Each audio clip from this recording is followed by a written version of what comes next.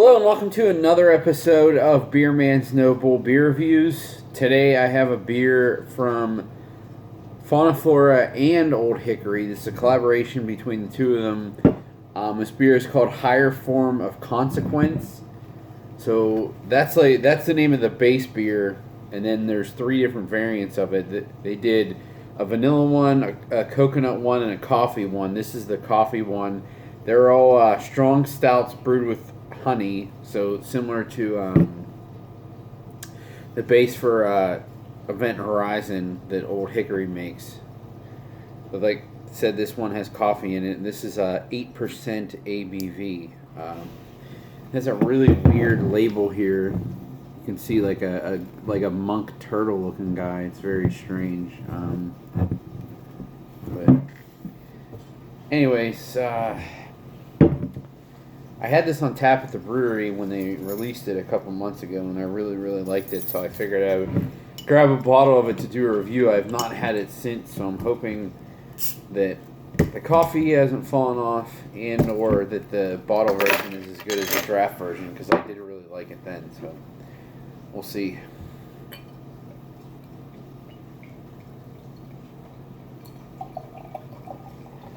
And I do plan on doing reviews of the coconut and vanilla one too. I will say those ones, people didn't necessarily like those as much because they weren't super loaded with vanilla and coconut. They were more just like balanced beers. So it depends what you want, but this one, in my opinion, from at least when I had it on tap, was very coffee forward, so not lacking in the additives for sure. As you can see, this pours a really dark brown to black color.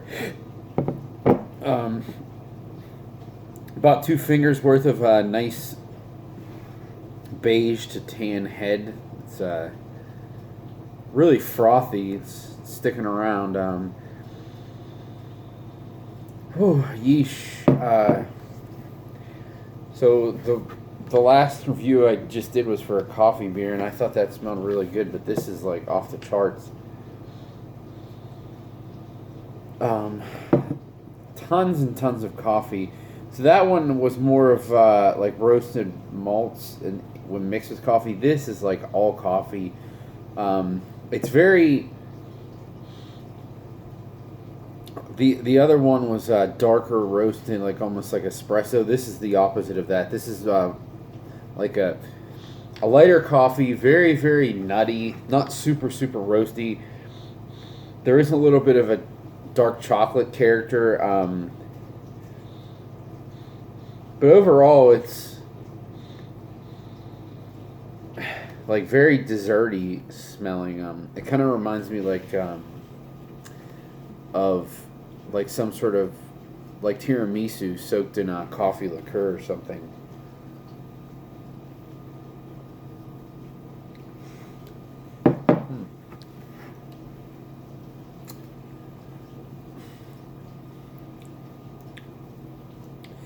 Interesting. So the flavor, so this is kind of reverse of the other one, because the other one I thought it wasn't too much coffee in the aroma, but it had a ton of coffee in the taste. This kind of, it's like all coffee in the aroma, but the taste is, you definitely get more beer elements in the taste.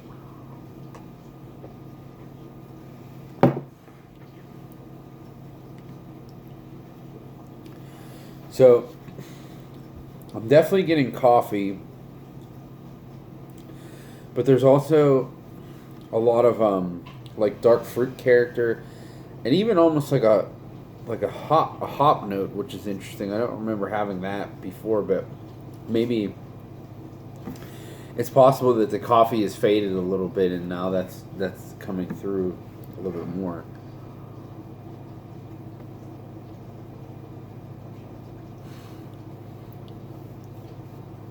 I will say, it does have a very nice body, very silky smooth and soft, but at the same time it actually has a lot of heft for an 8% beer.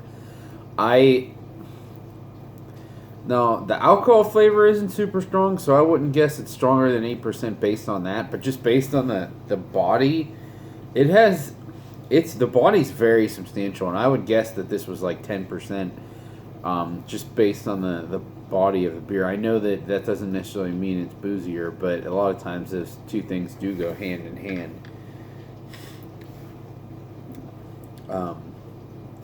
It's weird, like the first taste I had was like, oh, that's kind of weird, but now each sip I take, I'm liking it more and more.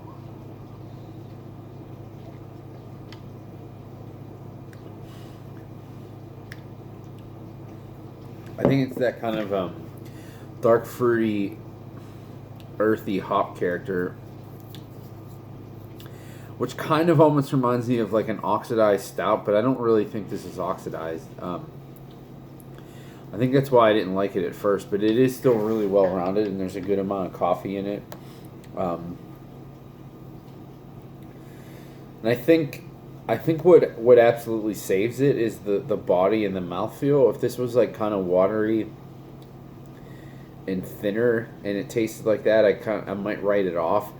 But it's so smooth and easy to drink for like an 8% beer. That I would want to come back to this. I do really like it. It is kind of different, but it's different in a good way, and it's a very, very well crafted beer for sure. And I'm not surprised. I mean, pretty much everything Fonta Flora does is great, and Old Hickory, is, at least in the stout game, is very very highly regarded. So it makes sense that this is pretty good. But now I'm kind of intrigued to try the coffee and vanilla ones to see if those have changed since they came out, and to see if what most of what I'm tasting here is the base beer, or if it's stuff that coming from the coffee. I'm really not sure. But these were only $10 a bottle too. So I mean, nowadays $10 for $7.50 of anything that's pretty decent is a really good price. So if this was like closer towards 20, I probably wouldn't buy it again. But at $10, I would say it's worth it. I would buy this again. Like I said, I think it's the mouthfeel that really saves it for me. It's just really smooth and silky that makes me want to come back for more. I wish the coffee flavor was a little bit more pronounced, but either way, I would buy this again. So I'm going to say this is a buy. But I think that's all I got on this one. Please like, comment, subscribe. Let me know what you think, and I look forward to doing the next one. Thanks.